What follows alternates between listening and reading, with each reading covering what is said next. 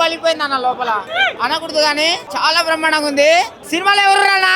పవన్ కళ్యాణ్ కాదు, పరశురాముడు, చెగువీరా, భగత్ సింగ్, ఛత్రపతి శివాజీ, అరహర మహాదేవ, పవర్ స్టార్ పవన్ కళ్యాణ్.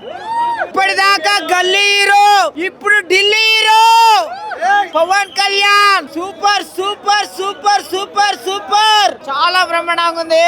ఎవరో నాయన మ్యూజిక్ కొట్టింది, ఆయనకి అవార్డు ఇవ్వాలా, ఆ ఫైట్ మాస్టర్ కి అవార్డు ఇవ్వాలా. ఈ సినిమాకి మన పవన్ కళ్యాణ్ ని సీఎం చేయాలా. హరిహర వీరమల్లు సినిమా ఒక చరిత్ర.